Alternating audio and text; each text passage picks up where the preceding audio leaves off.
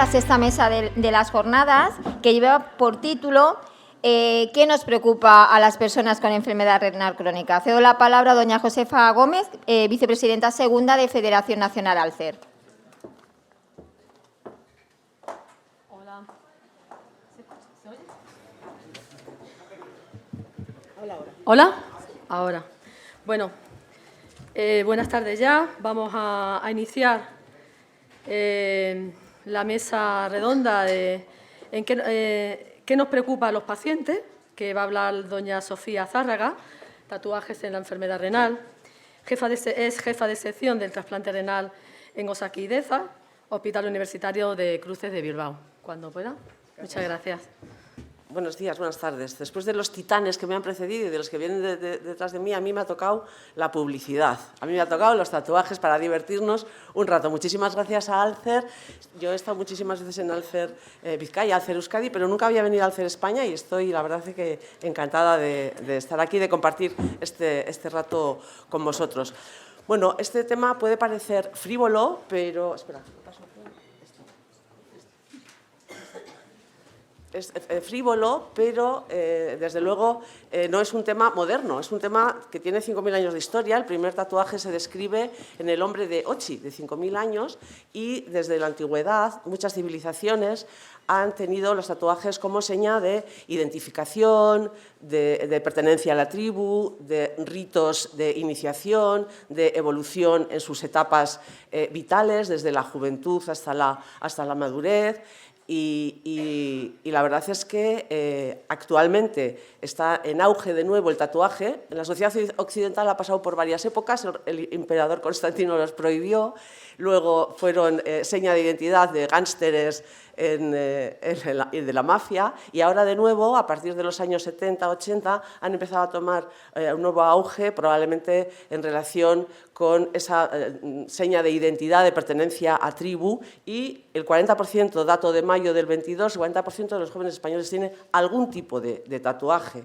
Bueno, lo que os estaba contando, que la historia del tatuaje es una historia que se remonta a 5.000 años, y viene la palabra del francés tatouage, que significa simplemente incrustar, pintar con tinta y una aguja, introducir en la dermis un diseño de una letra, de un dibujo o de lo que uno quiera. Evidentemente, estamos puncionando la piel y esto puede tener complicaciones. Alrededor de un 10% de personas que se tatúan pueden tener complicaciones.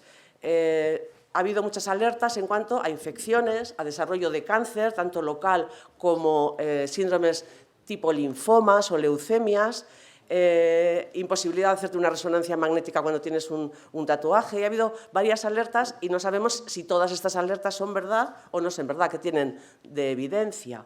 Bueno, pues es verdad que tienen riesgos porque estamos erosionando, estamos levantando la piel y puede haber infecciones, puede haber una alergia porque se usan distintos pigmentos, algunos incluso orgánicos, pero uno puede tener alergia, y puede haber otros problemas de piel y puede haber también quemaduras cuando se someten a la persona con un tatuaje muy extenso a una resonancia, porque parte de esos tatuajes tienen metal, entonces se pueden quemar esos tatuajes en una resonancia. Tienen que ser tatuajes extensos. Se ha visto solamente en estas personas. O sea que esto es verdad, pero tampoco es especialmente grave. Bueno, la alergia a todos estos pigmentos rojo, amarillos, ocres, negros, bueno, todos pueden provocar reacciones alérgicas, porque uno puede ser alérgico a lo que le dé la gana. El más seguro de todos es el negro, el hierro, ese es el más seguro de todos. El resto de colores puede ser que te dé alergia. Os quería presentar dos casos clínicos. Un caso clínico, se han publicado poquísimos casos clínicos de complicaciones en revistas médicas. Las complicaciones se tratan más en las páginas web de clínicas de estética, pero en revistas médicas realmente hay muy pocas publicaciones. Os quiero presentar este caso clínico de una infección por este hongo de nombre tan difícil que no lo voy a decir y que apareció después de un tatuaje. Veis el tatuaje y veis unas pápulas rojitas que hay en ese tatuaje, no sé si las veis, yo creo que sí, ¿no? Que se ven bien. Bueno, pues aquí, cuando se cultivan estas pápulas, aparece este hongo en la placa Petri y, bueno, pues afortunadamente es un hongo que era sensible a un antifúngico que se llama voriconazol y después de 3 meses de tratamiento se curaron. Son tratamientos muy prolongados. Es de los pocos casos clínicos que he encontrado en la literatura. Os voy a presentar un caso clínico mío, de hace varios años, de un varón que cuando se trasplanta, que estaba en diálisis peritoneal por una enfermedad no filiada y que cuando se trasplanta tiene 20 años, con un donante de una mujer de 50 años, con pocas disidentidades, que funciona inmediatamente y que alcanza una buena función renal. Durante el ingreso tiene algún problema urológico y hay que transfundirle. Él es un grupo B, luego veréis por qué pongo que es un grupo B.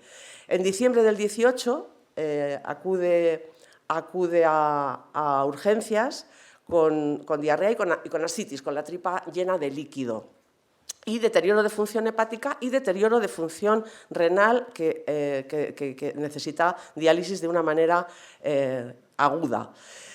Se diagnostica de un virus de hepatitis C que debuta con una hepatitis aguda, con una hepatitis que pudo llegar a ser fulminante, pero afortunadamente no lo fue, afortunadamente dio la vuelta, y con una afección renal asociada al virus de hepatitis C, que desgraciadamente evolucionó de una forma muy rápida y necesitó diálisis y no recuperó ya la función renal. Afortunadamente este cuadro asociado a hepatitis C, pues ya no lo vamos a ver si la gente sigue los tratamientos que ahora son tan eficaces para controlar la hepatitis C. Bueno, aquí simplemente mostraros que la afectación de la hepatitis C puede afectar al riñón y provocarle esta enfermedad glomerular. Entonces, claro, pensamos en 2 cosas. ¿Dónde había cogido este chico la hepatitis C? Pensamos, porque era hepatitis C previamente negativa. Pensamos que había podido ser la transfusión, era un grupo B, con lo cual nos fue bastante sencillo rastrear las bolsas que se habían transfundido y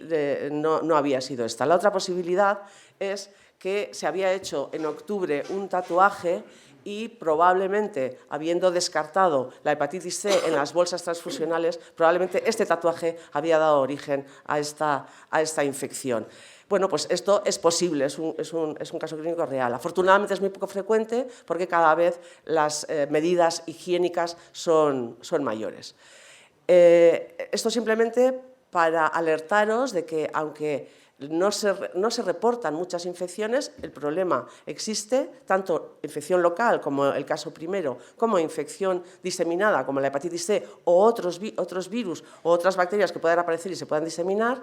Y, bueno, hay un registro en Estados Unidos, la agencia que controla los medicamentos y los alimentos, que se llama FDA, no controla el mundo de los tatuajes, pero como no lo controla, porque es un mundo industrial, son tintas y agujas, como no lo controla, tienen un registro de infecciones en cada estado para saber si ha habido infecciones o no. Y entonces, bueno, pues este es el más famoso de todos, que es el de Oklahoma, y entonces van registrando todas las bacterias más comunes que pueden afectar a la gente que se tatúa. Esto existe. Bueno, y en diálisis me ha hecho gracia, esta mañana habéis estado hablando del buttonhole, y en diálisis, bueno, pues para pinchar una piel que está tatuada con el riesgo de que esa tinta pase al torrente sanguíneo, pues lo que se preconiza es buscar este agujerito, hacer este túnel subcutáneo mediante la técnica de generación del buttonhole, primero con las agujas, como decía Guillermina, y después usando la aguja Roma, teniendo un túnel y evitando que no haya arrastre de la tinta al torrente sanguíneo. Esto es lo que se recomienda en hemodiálisis. Respecto al cáncer cutáneo hay un metaanálisis bastante importante que recoge todos los datos que hay de cáncer y tatuaje, y realmente ellos ven que los tatuajes no provocan cáncer cutáneo y los cánceres que se encuentran en la gente tatuada son incidentalomas. Si no hubieran estado tatuados, hubieran tenido ese mismo cáncer. Hubo una alerta sobre la posibilidad de que la tinta en gente muy tatuada pasara a los ganglios y los ennegreciera y eso los inflamara y eso produjera un linfoma, un tipo de cáncer que puede afectar a, que lo conocéis, sobre todo de gente joven. Entonces, bueno, se ha visto que no, que es verdad que puede pasar al torrente sanguíneo, que es verdad que puede ennegrecer al ganglio, pero eso no induce la formación del linfoma hasta lo que nosotros sabemos. ¿De acuerdo? Bueno, hay algunas contraindicaciones, todas son relativas, evidentemente, pues gente que haga cicatriz queloide, esas cicatrices feas, gente con enfermedades concretas como sarcoidosis o psoriasis, gente que esté anticoagulada y tenga más riesgo de sangrado y gente que esté inmunosuprimida y tenga más riesgo de infección. Bien. Un problema frecuente con los tatuajes es que uno no está contento el mismo día que se lo hace, pero luego no está contento. ¿Y por qué? Porque se vuelven borrosos, porque nuestro cuerpo cambia y el diseño del tatuaje cambia, porque nuestro estilo de vida cambia y ya no queremos tener ese tatuaje, ¿no? Melanie Griffith se borró el Antonio del brazo, ¿os acordáis? Porque nuestra ideología y filosofía de vida pues cambian y nuestro tatuaje permanece. Entonces, hay muchas veces que hay insatisfacción con el tatuaje. Es un problema habitual y que lleva al deseo de quitarse el tatuaje, que también es complicado y que tampoco está exento de complicaciones. ¿De acuerdo? Muy bien. La FDA aquí sí que recomienda pues, que uno se lo piense bien, que se informe, que no lo haga a lo loco y que si no sabe cómo va a reaccionar, se lo haga en un sitio que no se vea, que sea muy pequeñito y luego ya que tome la decisión. Pero que antes se informe bien, porque hay muchas veces, pues eso, que en una noche de juerga voy y me hago un tatuaje, ¿no? Bueno, ¿para qué nos tatuamos? ¿Por qué nos tatuamos y para qué nos tatuamos?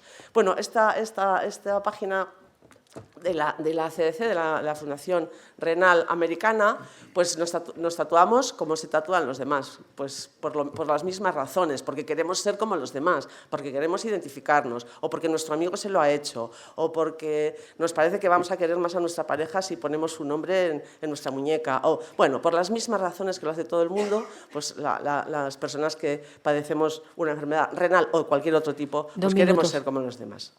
Y ya acabo. Quiero hacerme un tatuaje, lo quiero. Primero, lo deseo de verdad, informémonos de lo que pasa, hagámoslo de forma segura, por supuesto, no una noche de farra, pensemos en nuestra vida futura y en nuestra circunstancia especial consultemos con los profesionales que nos tratan. Muchísimas gracias. Muchísimas gracias, doctora. Muy interesante. Bueno, a continuación, tema de accesos vasculares, cuidados y tipo de punción. Bueno, mi querida amiga doña Sofía Zárraga. Patricia. Perdón, sí. Patricia Arribas, supervisora de diálisis del Hospital Infanta Leonor de Madrid. Muchísimas gracias. Muchas gracias. En primer lugar, pedir disculpas por la voz. Espero que me puedan oír bien. Quiero agradecer a Alcer que me haya invitado a compartir con ustedes estas jornadas, en especial a Ana, que se puso en contacto conmigo, y a Dani y a Pepi por compartir también con nosotros este anterior congreso de la SEDEN, que nos han dado sus inquietudes, sus testimonios, y son muy de agradecer, así que aquí mi agradecimiento. Voy a hablar de accesos vasculares. Ya se ha hablado un poquito, ya la doctora Guillermina Barril también lo ha comentado esta mañana, yo profundizaré un poquito en eso. En primer lugar, quiero destacar la magnífica labor que hizo Alcer junto con la GEMAP para editar el manual de accesos vasculares para personas con enfermedad renal. Creo que este manual es casi de uso obligatorio para todas aquellas personas portadoras de un acceso vascular, porque el acceso vascular es fundamental para poderse realizar la diálisis, porque su disfunción interviene directamente en la calidad de vida. Cuando uno no le funciona el acceso vascular, tiene muchos problemas, no solo con el tratamiento, con ingresos y con cosas, y que requiere unos cuidados para su funcionamiento, y es los que vamos a ver un poquito. Ver la diferencia, que hay, qué tipos de accesos vasculares. Hay catéteres venosos centrales, tunelizados o no tunelizados, que ahora veremos, y fístulas arteriovenosas, que también se ha comentado antes. Hay fístulas arteriovenosas nativas y fístulas arteriovenosas protésicas. y todos ellos requieren cuidados para su desarrollo y funcionamiento y conseguir así un acceso vascular duradero que permita el desarrollo del tratamiento sin complicaciones. De todos los accesos vasculares, el que todas las evidencias indican, el mejor es el acceso vascular, la fístula arteriovenosa nativa. Cuando esta no se puede realizar, la segunda opción sería la fístula arteriovenosa protésica y, en último lugar, el catéter, por el número de complicaciones que llevan y en su desarrollo y demás. De los catéteres, simplemente destacar, cuando hablamos de tunelizado y no tunelizado, distinguir que un catéter tunelizado es aquel que lleva un recorrido subcutáneo y se utilizan para un uso prolongado, aquellas personas que van a estar al menos más de 15 días dializándose a través del catéter. Pero también está el catéter no tunelizado, que es para un uso temporal, para una diálisis de agudos, para un problema puntual, se canaliza en el mismo momento y se puede usar en el mismo momento. Los cuidados de los catéteres centrales, eso está sacado de la guía del manual de acceso vasculares. Pues hay que mantener una buena higiene, conocer, hay que vigilar el apósito, debe estar limpio, debe estar seco. No se debe manipular por personas ajenas, por los profesionales ajenos a la diálisis. Y debo llevar ropa pues, que no me comprima y ropa cómoda para cuando llegue a la diálisis poder descubrírmelo para que me puedan conectar la diálisis. Se pueden duchar, pero lo importante no es ducharse, o sea, es ducharse, lógicamente la higiene es importante, pero lo más importante es mantener el apósito seco, como hemos dicho. Se tienen que poner a lo mejor unos apósitos impermeables que no dé el chorro directo, o si se moja, cambiar los apósitos para que no esté húmedo, que no permanezca húmedo. Pero, por supuesto, si decimos que es importante que no esté húmedo, lo que sí que no se recomienda son los baños de inmersión, bañarse en el mar o en la piscina. Eso no está recomendado, lógicamente. Hay que evitar tirones y sí que hay que vigilar el inicio de síntomas que nos indiquen que puede haber una infección, fiebre, tiritona o demás. Y ante cualquier problema ponerse en contacto con el personal de diálisis. Con respecto a las fístulas, que también se ha comentado esta mañana, la fístula nativa es aquella unión de una vena con una arteria, con lo cual lo que hacemos es que la vena, que es más superficial, recibe ese aporte de sangre de la arteria y la vena se desarrolla para que se pueda puncionar para poder acceder al torrente sanguíneo. Cuando se hace la fístula nativa, la punción para la diálisis se realiza en esa vena. En cambio, cuando no hay unas venas adecuadas, lo que se hace es poner una prótesis, como se ha dicho, y entonces la unión de la vena y la arteria se hace a través de esa prótesis y la punción se realiza en la prótesis. También hay que tener... estoy para atrás, perdón. Sí. Hay que realizar unos cuidados con las fístulas. Antes y durante la maduración se recomienda hacer ejercicios para que esa vena se dilate bien. No se deben realizar punciones, pues coger una vía o pues sacar analítica de la fístula y evitar tomar la tensión en el brazo de la fístula. Hay que evitar cualquier maniobra que comprometa la circulación de ese brazo y, por ejemplo, llevar ropas apretadas, el bolso, cosas que impidan la circulación de la sangre. Se aconseja, para que luego uno se queda dormido y no sabe cómo acaba, pero se aconseja no dormir sobre el brazo de la fístula para no comprometer la circulación también y de evitar ejercicios bruscos o cambios de temperatura bruscas. Tras la diálisis se retiran las agujas y se debe hacer la coagulación manual de los puntos de punción, se colocarán unos apósitos adhesivos y se esperará al día siguiente a levantar los apósitos, preferiblemente debajo de la ducha para que los apósitos tampoco nos dañen la piel. Se debe realizar una buena higiene en general, pero sobre todo también cuando uno entra en la sala de diálisis, que algunos me dicen, pues si vengo de ducharme ya, pero cuando entra uno en la sala de diálisis, igual que las personas quieren que los profesionales nos lavemos bien las manos, nosotros queremos que los pacientes se laven bien el brazo de la fístula para evitar infecciones. Y se debe vigilar el estado del funcionamiento de la fístula. No solo por los profesionales, sino por las personas portadoras de esa fístula, deben de forma habitual observar que no haya cambios, controlarse que funcione la fístula y demás. Y ya me meto también un poco en los tipos de punciones. Las punciones que realizamos el personal de enfermería en las fístulas pueden ser en escalera escalonada, en área o en ojal, buttonhole, que ya hemos hablado y que profundizaré un poquito más. En escalera, que es un poco la que vemos aquí, lo que se hace es que es una rotación entre cada día de diálisis para utilizar todo el trayecto de la vena y así evitar un desarrollo de los aneurismas, de esos abultamientos de la vena, ¿no? Es verdad que se requiere una vena larga que nos permita esa rotación y es una punción que quizá sea más molesta. La punción en área es la que se efectúa de forma repetida en las mismas zonas, en la misma zona de la vena, un poquito más arriba, un poquito más abajo, pero en las mismas zonas. La piel, al final, se deteriora un poquito más y es verdad que duele un poquito menos, pero es verdad también que se forman esos aneurismas que decimos y para la fístula es bastante peor. Es una punción que los pacientes a veces la prefieren porque les duele menos y las enfermeras porque tenemos menos posibilidades de error, por así decirlo, cuando tenemos una zona así.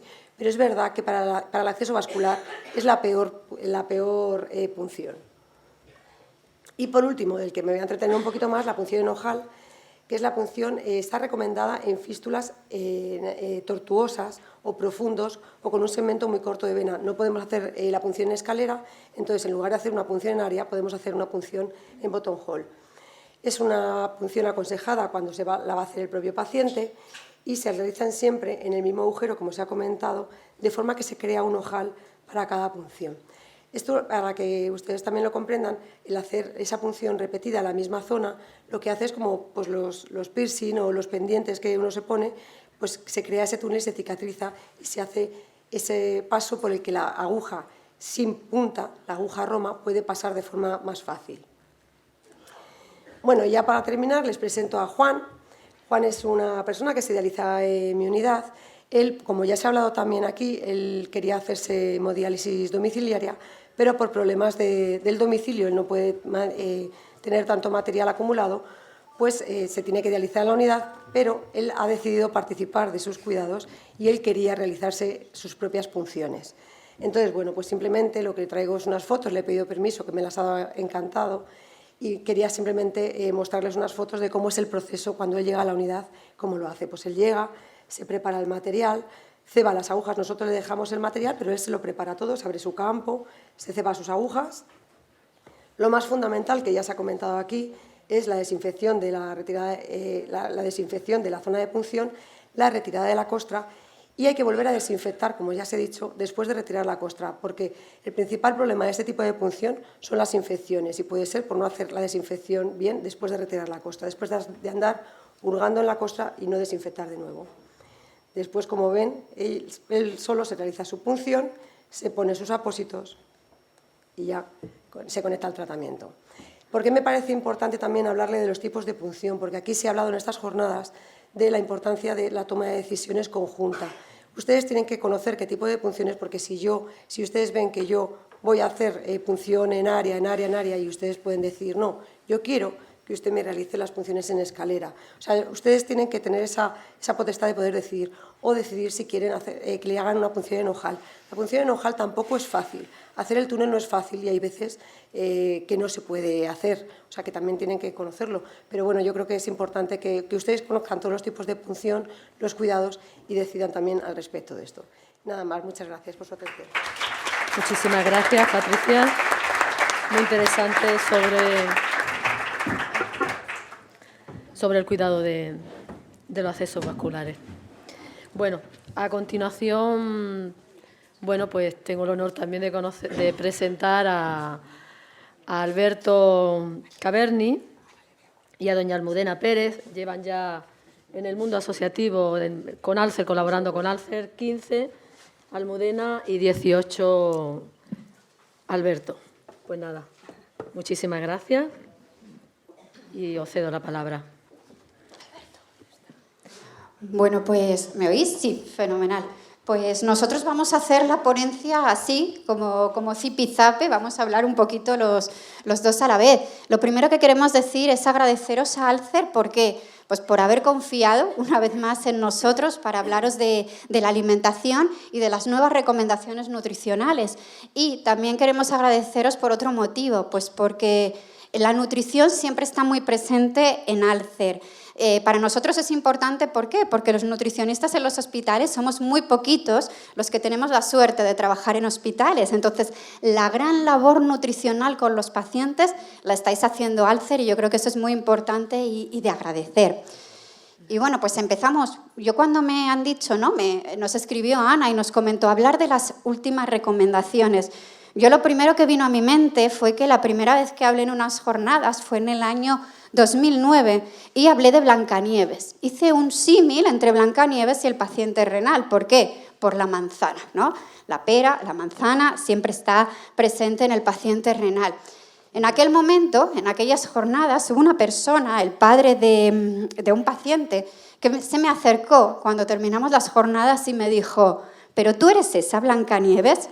Yo en ese momento, pues estaba en aquel momento en el que pues no sabía si decir que sí o si decir que no, pero hoy puedo decir que yo sí soy esa Blancanieves. A día de hoy estoy trasplantada, bien, y he sido esa Blancanieves y he vivido como Blancanieves pues hasta hoy. ¿Qué ha pasado? Que de repente, a nivel nutricional, ha venido el príncipe y nos ha besado. ¿Eso qué quiere decir que nos ha besado? Pues que nos ha dado luz, nos ha empezado a decir, y la ciencia está de nuestra parte y las recomendaciones están de nuestra parte, nos ha empezado a decir de que, ojo, que ya no tanta manzana, que ya las restricciones tenemos que empezar a disminuirlas y que también creemos que con eso conseguiremos un poquito mejorar esa adherencia. Todos sabemos, ¿no?, qué objetivos nutricionales a nivel científico tenemos. Nosotros esto lo decimos muchas veces. ¿Por qué es importante alimentarnos? ¿Por qué es importante cuidar la alimentación? Ojo, no solo el paciente renal, creo que todos es importante alimentarnos bien. Pues principalmente para mantener un buen estado nutricional. ¿Para qué mantener ese buen estado nutricional, ¿no? Yo siempre digo para tener buena calidad de vida y en mi caso particular, pues para poder tener vida en general, ¿no? ¿Y por qué también es importante? Sabemos que en estadios iniciales disminuye y enlentece la progresión de la enfermedad renal, cuidar esa alimentación. También sabemos que nos ayuda en los controles de fósforo, potasio, sodio y, por supuesto, también nos ayuda a prevenir factores de riesgo. La enfermedad cardiovascular está presente en esa mortalidad de los pacientes renales y también controlar la acidosis metabólica y que mantengamos una buena disbiosis intestinal. Vale, esto lo sabemos, eso está ahí, pero nosotros como nutricionistas también queremos, y creo que si ha venido a besarnos el príncipe, pues también nos puede ayudar a esto.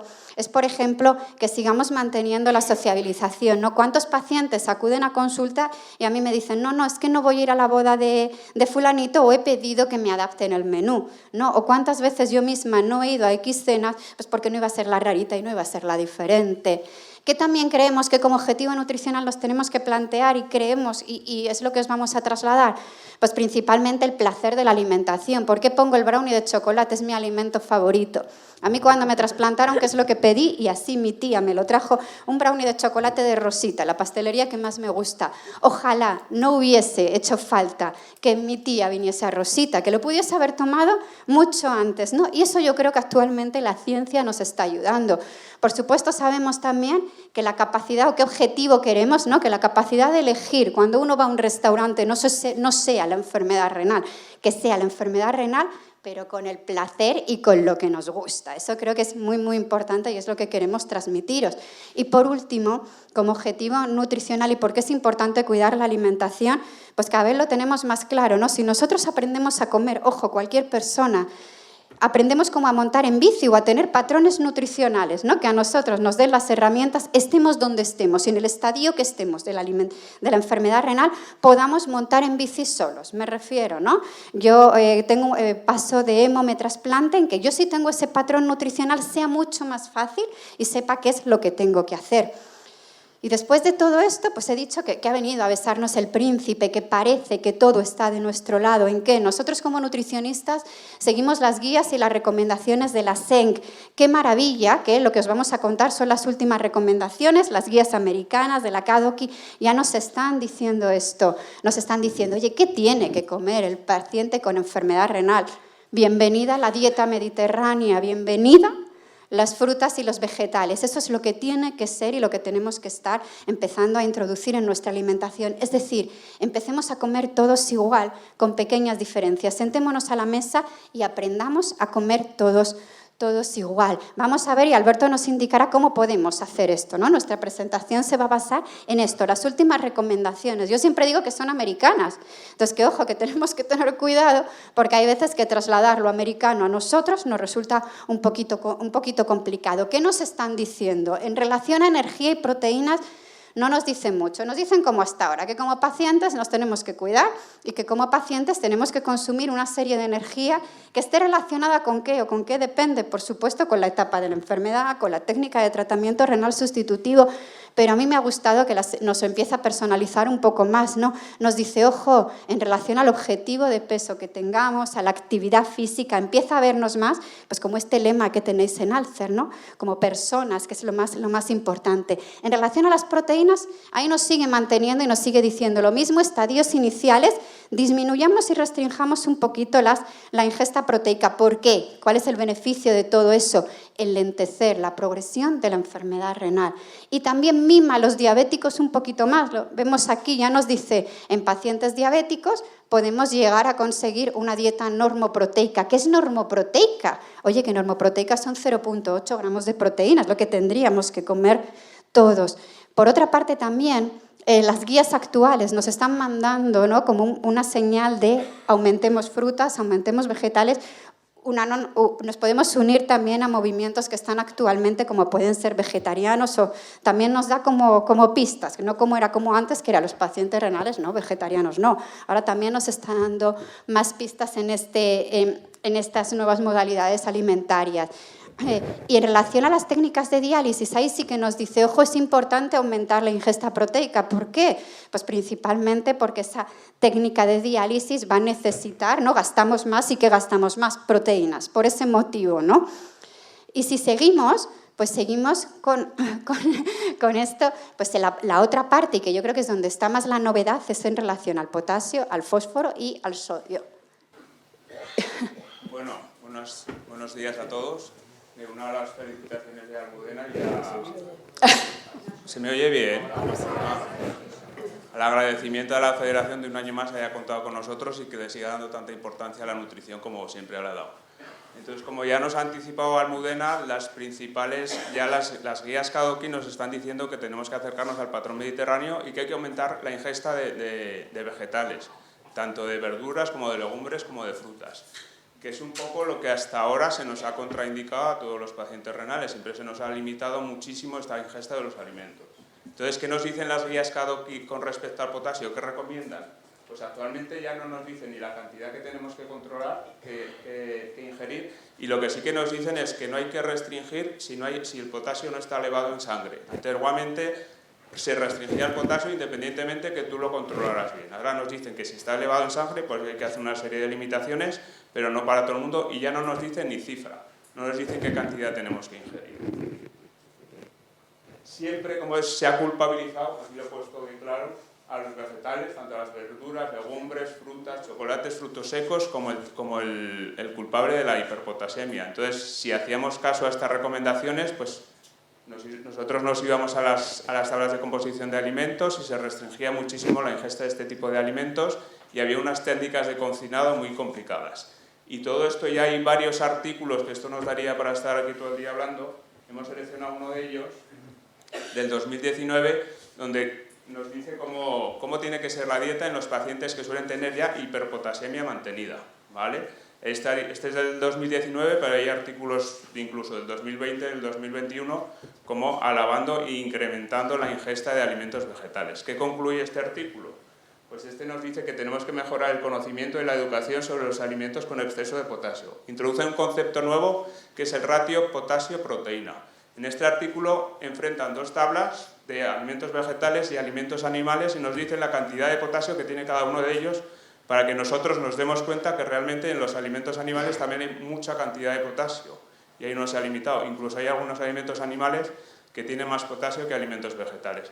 Entonces, con este concepto lo que tratan de hacer, que esto está hacia donde estamos viendo ahora, hacer una serie de tablas de recomendar aquellos alimentos, porque la ingesta proteica hay que mantenerla, sobre todo estando en diálisis, aquellos alimentos que nos aportan mayor proteína pero con menor cantidad de potasio, ¿vale? También nos dicen que tenemos que identificar aquellos alimentos de nutrición saludable, o sea, alimentos vegetales para pacientes renales, que no hay que restringir tanto los vegetales. Y aquí introducen el concepto nuevo de potasio-fibra. O sea, aquellos alimentos vegetales que nos aportan la mayor cantidad de fibra con menor cantidad de potasio.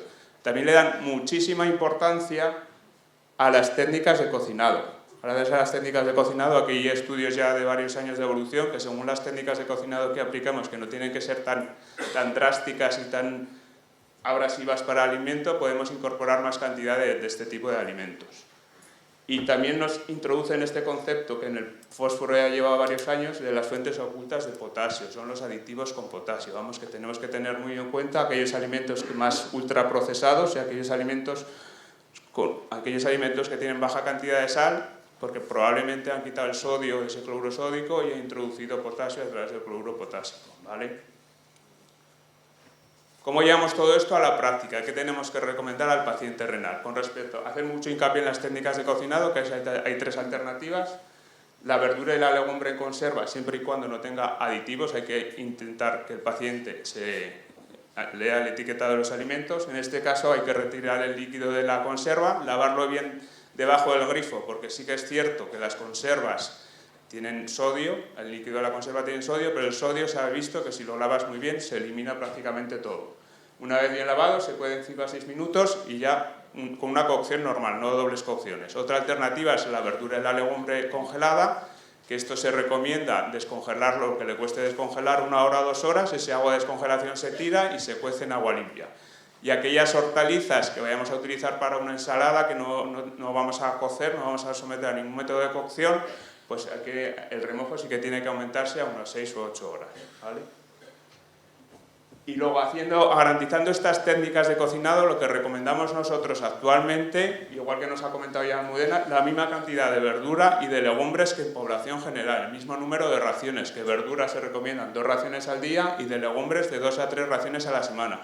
Incluso en población general ha salido recientemente en julio de este año que incluso las legumbres se recomiendan de 4 a 5 veces semanales, pero siempre garantizando estas técnicas de cocinado, ¿vale? O sea que igualamos aquí la cantidad de verdura y de legumbre que tiene que tomar el enfermo renal.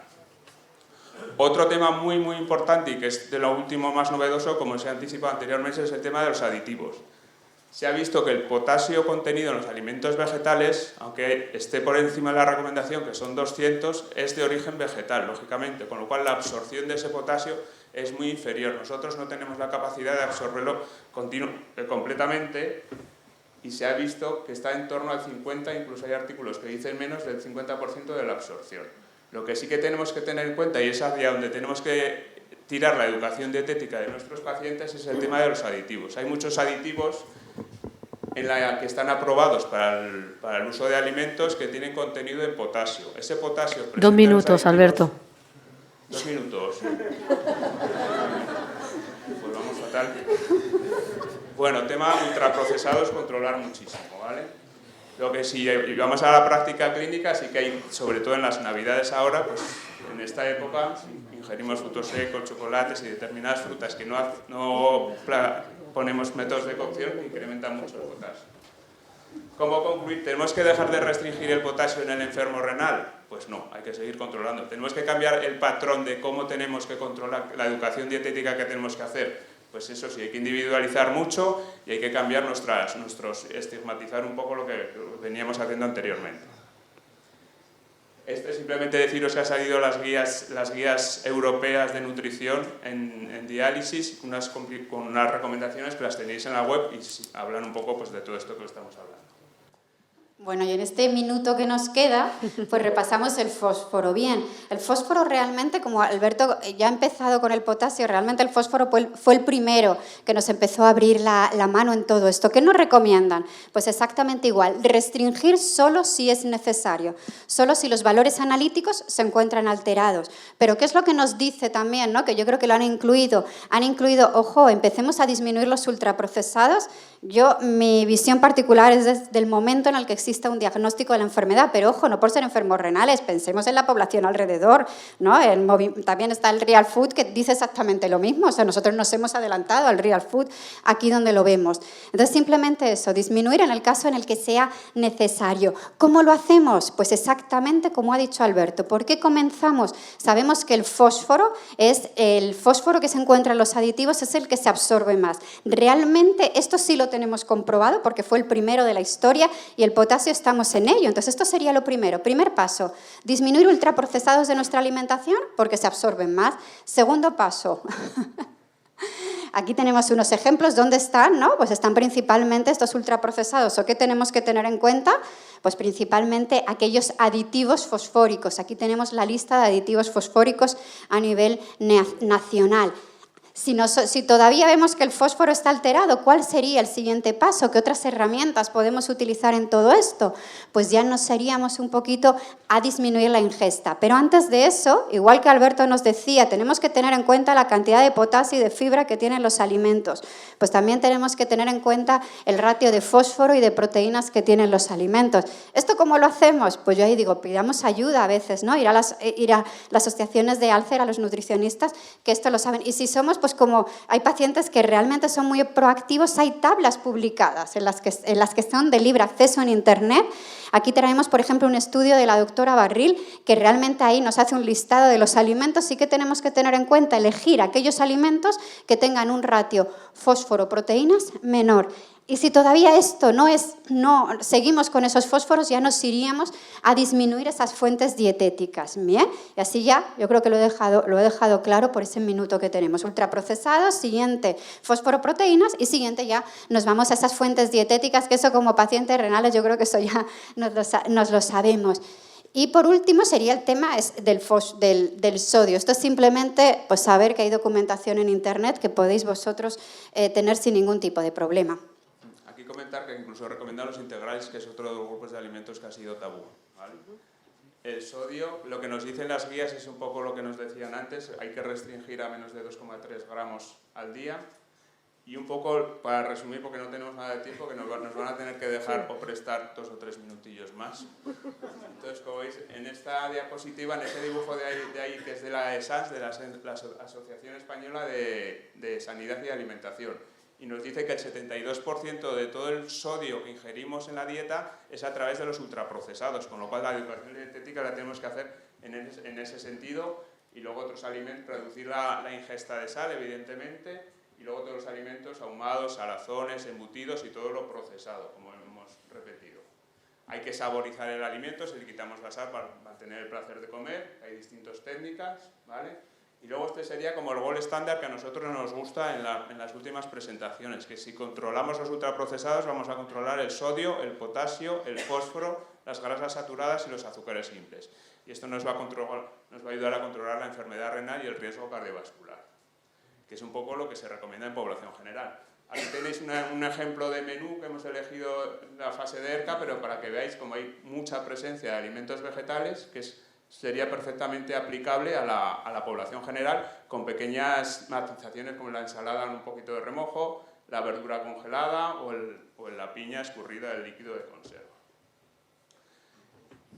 Y como conclusión final, pues ya decir que simplemente que aprendamos a comer, pero que nos acerquemos cada vez más y que todos comamos cada vez más lo mismo. ¿Por qué? No porque lo decimos nosotros, porque lo dicen las recomendaciones, ¿no? Que la población general tiene que cambiar su manera de comer, y esto ya nos lleva a nosotros un poquito de la mano. Y que a veces que solo es pues, acto de fe, porque a nosotros nos cuesta como nutricionistas, ya que llevamos tantos años restringiendo, ahora decir, bueno, empecemos a levantar la mano, pero poco a poco siempre, no es que ahora empecemos a comer frutos secos a lo loco, ¿no? Que siempre poco a poco y supervisado en un principio. Hay que quitarse el miedo un poco a comer vegetales, siempre siguiendo las indicaciones del personal sanitario que está a cargo de vuestra enfermedad, ¿vale? Pero hay que quitar un poco el miedo a tanta restricción. Y disculparos que nos hayamos pasado tiempo, pero es un tema que a nosotros nos apasiona y podremos hablar todo el día. Y teníamos 40 diapositivas, hemos ido reduciendo, pero no hemos conseguido el objetivo.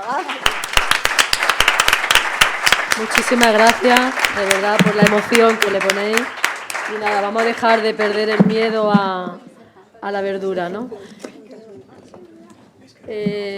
Hay poco tiempo para las preguntas. ¿Alguna rápida? Bueno, al fondo hay dos. Vamos con el tiempo justo. Hola, buenos días. ¿Se puede hacer ayuno con la enfermedad renal? A ver, cuando usted... perdón, ¿contesto yo o contestas tú? Yo me he lanzado ya a la piscina. Cuando usted habla de ayuno, ¿habla del tema de las dietas de ayuno intermitentes? Sí. Venga, Alberto, que este es nuestro tema. Es que nosotros debatimos sobre todo esto que sale, somos eso, zipizape, debatimos. Actualmente no existe evidencia en la población con enfermedad renal de que eso sea positivo. De hecho, al contrario, puede estar contraindicado. ¿En qué pacientes? A veces nos lo hemos planteado, es en pacientes trasplantados que realmente sea necesario una pérdida de peso y hacer ayuno de 12-12. No, o sea, 12 horas de ingesta. O sea, dentro de estos ayunos que están ahora tenemos el ayuno intermitente 12-12 y 16-8. 12-12 en algún paciente trasplantado que exista esa necesidad imperiosa de bajar peso se podría realizar siempre bajo supervisión, bien, pero si no, no está recomendado, al contrario, puede llegar en diálisis etc. puede llegar a tener o en ERCA efectos negativos. Yo personalmente no lo recomiendo, Vale, gracias. Y luego, perfectamente, como somos de la misma cuerda, o sea que opinamos exactamente lo mismo. Y sobre todo que este tipo de ayunos te quitan la sociabilidad con el resto de la familia o de tu entorno social. Y luego, sobre todo, que no ha demostrado... No hay evidencia. No hay evidencia en pacientes realmente digestivos. En pacientes digestivos sí tenemos alguna evidencia, pero si no, no hay nada publicado en el que nos muestre esta evidencia. En pacientes renal, no. Y como estrategia de pérdida de peso... Muchas gracias. Muchas gracias.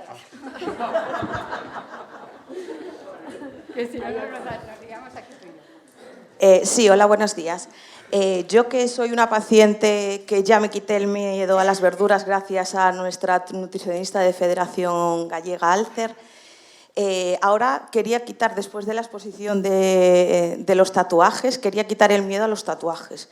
Yo soy persona renal tatuada, tengo tatuajes hechos durante mi trasplante, tatuajes hechos durante hemodiálisis.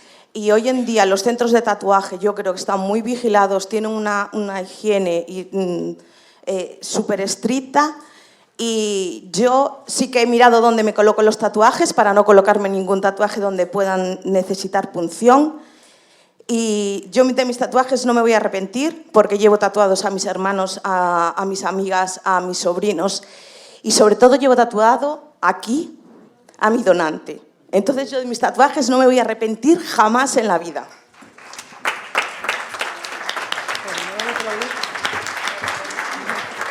Pues enhorabuena. Enhorabuena. Buenos días. Una pregunta sobre el acceso vascular. Cuando una fístula tras un trasplante en el tiempo deja de funcionar, ¿el brazo donde está la fístula se puede utilizar para extracción de sangre?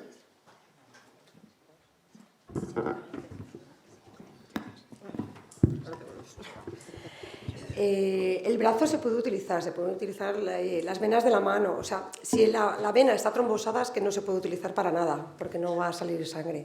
Pero sí que se pueden utilizar venas de ese brazo. Yo lo que quería comentar como anécdota, ya de paso, ya que tengo la palabra.